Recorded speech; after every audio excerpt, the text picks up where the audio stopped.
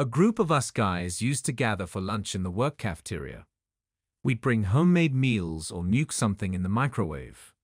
Once a week, we'd splurge on catering from a fast food joint. We had an unspoken rule about avoiding politics and focused instead on sports, both college and pro, and, well, sex. Our talks about sex had boundaries, though. It was okay to discuss sex with someone else's wife, but talking about our own spouses was off limits. The younger single guys often claimed it was easier to pick up married women than single ones. They believed married women were just looking for some fun without strings attached. The older married guys shared how surprised they were at the attention they got when they went out for a drink or a dance, using it as proof of how different things were compared to their younger days. I usually stayed quiet. I didn't have any stories to share, good or bad. I'm Mitchell Daniels, 35 years old, average height, a bit above my target weight. I'll admit I wasn't often called handsome, excluding mothers and aunts, but I didn't struggle much to get a date in high school or college. My issue wasn't getting attention. It was that I hesitated when things got intimate. Even when all signs pointed in one direction, if a girl expressed doubts, I backed off. I'd probably left a few girls hanging. Women's equivalent of what guys call blue balls. Consequently, my wife was only the third person I had sex with, and she practically had to make the first move before I realized it was okay to proceed. My wife is Olivia Daniels, 34 years old, a bit taller than me, slender and elegant. While she's attractive overall, what stands out most to me is her long, glossy, jet black hair. She's a school teacher and a devoted mother to our two kids, aged 8 and 11. Our marriage has been solid, financially stable, and we rarely find ourselves at odds. Our sex life has been great, with consistent frequency, save for the times she was pregnant. Every now and then, we'd explore something new sexually or venture to different places for intimacy. So what changed? I started feeling like I was missing out, influenced by what my friends and the media portrayed as the next level in marital intimacy. Threesomes, swapping partners, and open marriages. I felt like I was falling behind. After weeks of stewing over it, I foolishly brought it up with my wife. Liddy, have you ever felt like our sex life is lacking something? Olivia gave me this look, one I'm sure her students have seen countless times. It was the "oh boy, you just stepped in it" expression. No. I've never felt that anything was missing in our sex life or any other aspect of our life together. But clearly you feel differently. I know you, Mitchell Daniels. You don't bring things up unless they're really bothering you. I sense the floodgates opening and quickly move to shore them up. No, honey. Sex with you has always been wonderful. I was just thinking about how both of us were fairly new to things when we got married. I was wondering if you ever felt like you might be missing out on something another man could provide. Oh, how considerate of you, only thinking about me. Don't deflect this onto me. You're the one bringing it up. What you're really trying to say is that you want to be with other women. Maybe you're even hinting that you already have been. Oh no, honey. I promise I've been faithful our entire marriage. There's no one else I want to be with except you. I was worried that maybe you were feeling bored and wanted more excitement. Let me guess. Your buddies at work have convinced you that pursuing something new, as my students call it, is not just easy but standard for a guy with a healthy dose of testosterone. Here's an idea, go have your fun with them. That'll surely add excitement to your sex life. What you really want is permission to fool around and then come back home if it doesn't pan out. No harm done, right? Livy, I'm sorry I brought this up. I only want to keep our marriage as wonderful as it's been. I thought this could be something mutually beneficial. You could explore new things too, so it'd be fair for both of us. I wouldn't dream of doing anything without your complete agreement. My complete agreement, huh? Give me a few days to think. I'm sorry if I upset you. I didn't mean to. I'm not upset. When she said she wasn't upset, I knew there was likely something brooding beneath the surface. I hoped she'd forget about it all, but no such luck. A few nights later, Olivia requested a conversation. She handed me a document titled, Mitchell Davis Temporary Release from Marriage Vows. It outlined, this document grants Mitchell Davis permission to suspend the forsaking all others part of his wedding vow to Olivia Davis for 1 year under these terms. 1. Encounters with women other than his wife must take place outside their shared residence with their children. 2. Meetings with other women are restricted to Friday nights. He may have a 48-hour weekend rendezvous with 1 week's notice, with no more than one such meeting every 3 months. 3. He may still engage in intimate relations with his wife, but must use protection. After this agreement concludes, he must provide a clean STD test result before resuming unprotected relations with his wife. 4. On Friday nights, he is to sleep in the guest bedroom, regardless of whether he has engaged in intimate activities that night. 5. This is non-negotiable. Mitchell is prohibited from disclosing any details about his social engagements outside the home, especially to his wife and children. This includes refraining from boasting or lamenting to friends about his experiences, whether successful or not. As per this agreement, his wife has no entitlement to know his activities, and she does not wish to be informed. Violation of this clause will result in a suspension of intimate relations with his wife for an unspecified period. 6. Olivia will remain faithful throughout this agreement and continue her responsibilities as a wife and mother as usual. I was left without words, but Olivia wasn't. Mitch, if this urge needs to be addressed, here's your chance. This is your one-time hall pass. I don't take it lightly. After reflecting on what you said, I couldn't go on wondering if you were contemplating an affair behind my back. This way, you can explore without consequences. If you find someone else you prefer, then perhaps we won't have to spend more years as a married couple. If you realize I truly am the one you want to be with, well, that's my hope. The agreement starts tonight. Olivia went upstairs. I needed a drink. Part of me felt relieved. I had permission to test the waters without hiding. But part of me worried, would she truly hold this against me? Olivia had always been straightforward, and I believed she'd stick to her end of the deal. When I joined her later, she was awake. Her expression didn't seem angry. She seemed almost relieved I'd come to bed. I meant it about us still being intimate. I'm feeling quite passionate tonight. Are you up for it? You don't have to ask twice. We made love, enjoying ourselves immensely. It was as passionate as it had been in a long time. It felt good, even though I felt like she could show me what I was missing on Fridays. I wanted to spill everything to my work buddies, but remembered the consequences. Instead, I informed them that my wife agreed I could join their Friday boys' night out. They were surprised but accepted it, saying, "Great. See you at Sally's at 7 o'clock. Newbies buy the first round."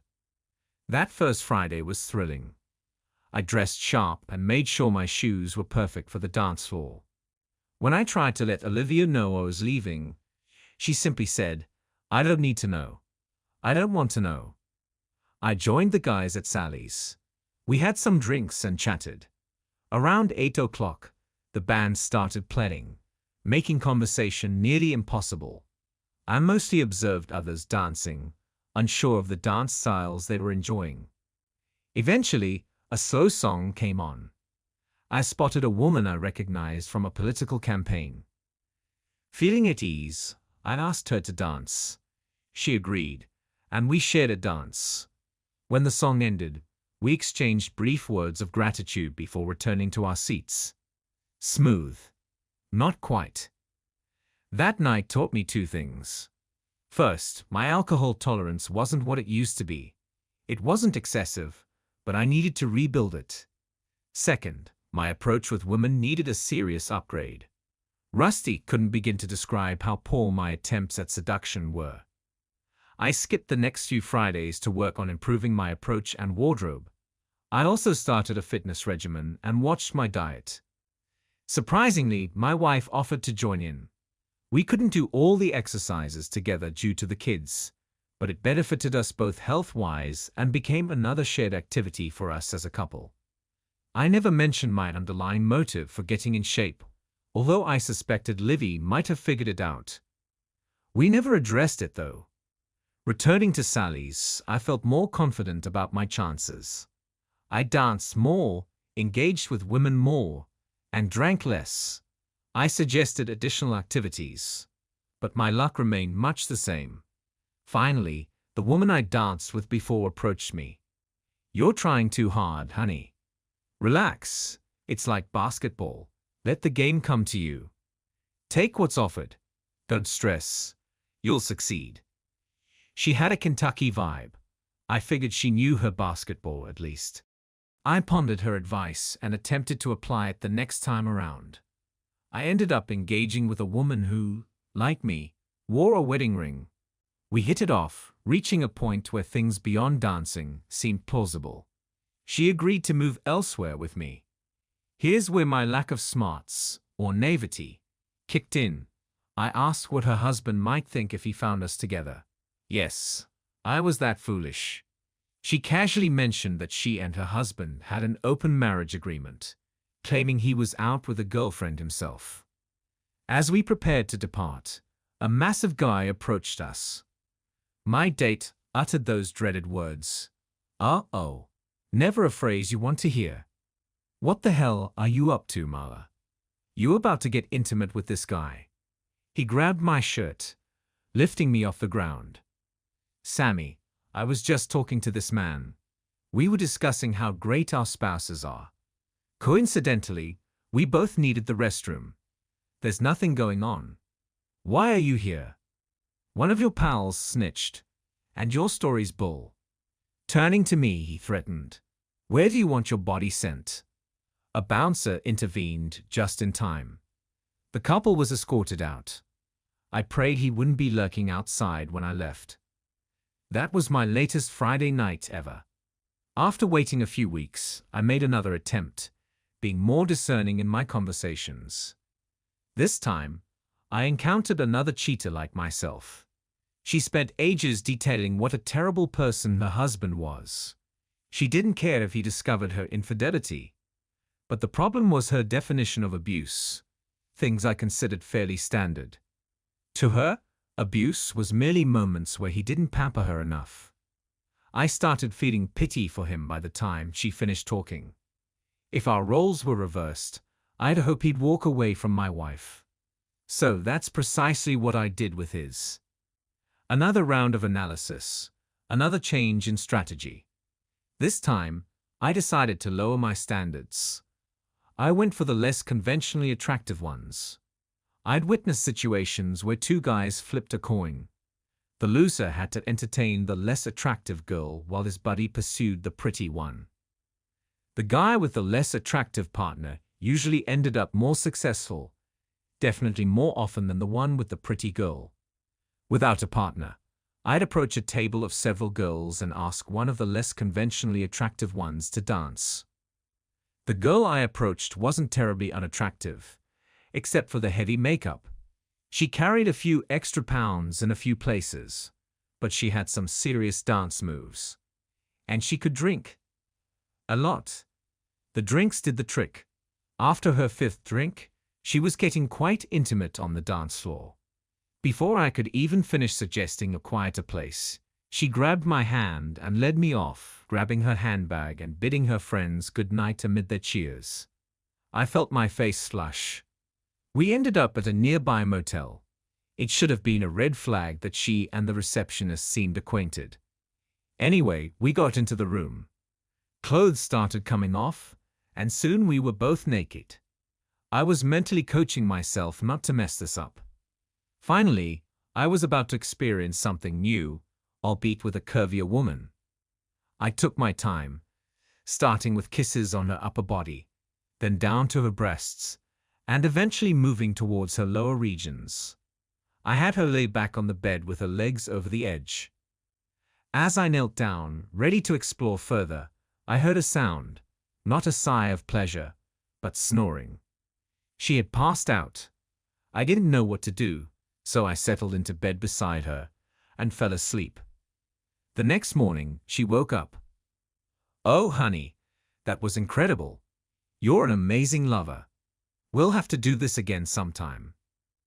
"Can't we do it again right now?" "Sorry, I've got to run. I'll catch you later. Can you call me a cab?" I didn't respond with "Sure, you're a cab," although I was tempted. Before long, I started doubting if I had chosen the right place and crowd. Despite all their boasting, the guys from work didn't seem to be faring any better. Time for another transformation. I needed to save up some serious cash. There was a club in town known as the Hot Spot called The Place to Go. It was younger, trendier, and more upscale. This time, I visited a hairstylist. Then I headed to a men's clothing store, seeking advice from a female clerk about what she'd choose for her older boyfriend. She styled me up. I emptied my party fund and drenched myself in Paul Sebastian cologne. I was all set for the party. I nearly choked at the $20 cover charge. Inside, the music was blaring, and the lights were almost seizure-inducing. I scoped the scene, trying to find a group of girls to mingle with. The first bunch of girls seemed amused by my approach but barely acknowledged me. I moved on. The next group was similar but gladly took advantage of my willingness to buy drinks. It took over $200 in drinks before I caught on to their game. I moved on. There were women there around my age and older, appearing like cougars surrounded by male eye candy. Some were quite mature but dressed provocatively and looked stunning from a distance. I spotted a woman who seemed less surrounded than the others and tried to strike up a conversation. She glared at me as if I'd stepped in something foul. She yelled, "Get away from me, you pathetic loser." I wished she hadn't used that word. Someone alerted the DJ, who abruptly stopped the song he was playing and queued up a special tune. "Loser, we've got a loser. Too much of a boozer. Drives a pimped-out cruiser. 'Cause he's a loser." Every time they hit loser, the crowd chimed in and pointed at me. I'm not sure about the rest of the song because I walked out consumed by shame. For quite a stretch, I stayed home on Fridays. But as the embarrassment grew, I started going out to the bowling alley or movies. Sometimes, I'd even spill a bit of beer on my shirt, hoping Olivia would catch the scent in the laundry and assume I'd been out. Yes, I felt odd being the only guy I knew leaving false signs of an affair for my wife. Eventually, I caved and returned to Sally's, despite my lack of enthusiasm. I settled at the bar, indulging in drinks without even glancing at the dance floor or the women there. A well-dressed woman, about my age, slid onto the stool next to me. "Hey there, sailor, buy a girl a drink?" "Sure, get it sent over." "Oh, someone's feeling a little wounded." "Buy me a drink, and I'll lend an ear to your troubles." "I doubt you want to hear my story." "Honey, I've heard it all. I bet you won't shock me." With nothing else to do, I bought her a drink and started pouring out my tale. It took a while and a few more drinks before I wrapped up. When I finished, the woman responded, "Geez, I guess I haven't heard everything." "Poor thing. Is there anything Mama can do to make you feel better?" "Anything at all." She pressed her chest against my arm. Her intentions were crystal clear. On previous Fridays, I might have jumped at the chance. But this time, I realized her interest in me was solely pity. A pishable man with a usable member. She'd give me sex all right. Pity sex. I refused to admit I'd stooped that low. That's when the futility of my actions dawned on me. I politely declined the woman's advances. Well, claiming I was still on antibiotics for my STD might not have been the gentlest excuse. At least she didn't leave in tears. That's when I started reflecting on my family life, particularly my wife's behavior. Despite my Friday escapades, she remained unchanged for many months. She never seemed bothered by my antics. If I ever slipped up and mentioned our agreement, she'd swiftly shut me down with, "Stop. I don't have the right to know. I don't want to know." Outside of Friday, our family life flourished. She made sure our arrangement didn't interfere with our family life and our intimate moments, except for safe sex and my obligatory stay in the guest bedroom on those nights. Her school threw a Christmas party for the faculty and staff. I discovered she was well regarded by everyone. She socialized through the evening, checking on me intermittently.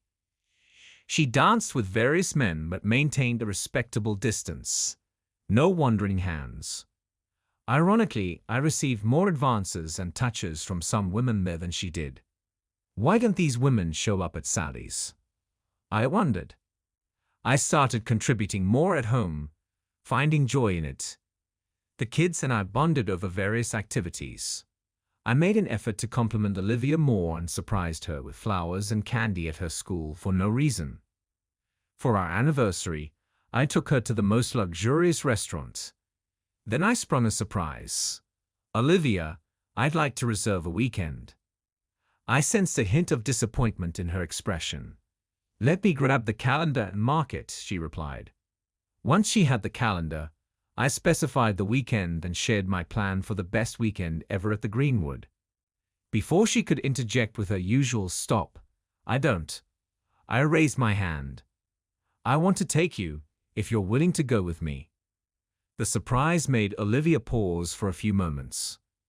"Okay, I think I'd like that. I'll check if my folks can watch the kids." "Thanks, Mitch." The weekend turned out fantastic.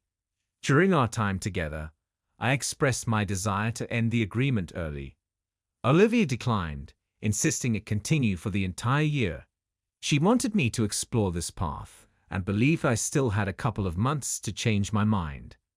I reluctantly agreed. Deep down, I knew my mind wouldn't waver. The last few weeks of the agreement felt interminable. I proposed celebrating its end, and Olivia agreed. We sipped wine and burned the document in the fireplace. I had prepared a speech. "Olivia, I finally grasped your intentions. You wanted me to discover on my own what an incredible wife I have. I always knew it, but I foolishly let my ego deceive me into thinking I needed more, something worse. I allowed my friends' illusions to sway me. I've learned, perhaps even more profoundly than you imagined, that you are everything I need. Equally important, you're everything I want. I can't thank you enough." First, I handed her the clean STD report. Then I gave her a small box containing a forever pendant. "Thank you, Mitchell. It's stunning. I have something for you too." She passed me a document labeled Olivia Daniels' sabbatical from her wedding vows. It mirrored my agreement, but with our names switched. "But why? Do you have someone in mind?" "You don't have the right to know." Epilogue. I was stunned. My heart sank, feeling a pang of injustice, yet I realized she was only mirroring my actions. Now, I'd have to stay faithful for a year, hoping she'd reach the same conclusion I did. It tore me apart, but with tears in my eyes, I consented. "Okay." Olivia gazed at me with a glint I hadn't seen in a while. She crumpled the document and tossed it into the fireplace. "I just wanted you to feel what I felt when you started this mess a year ago. I always had faith in our marriage, and I was right. Now, let's go upstairs. I really need to feel close to you tonight."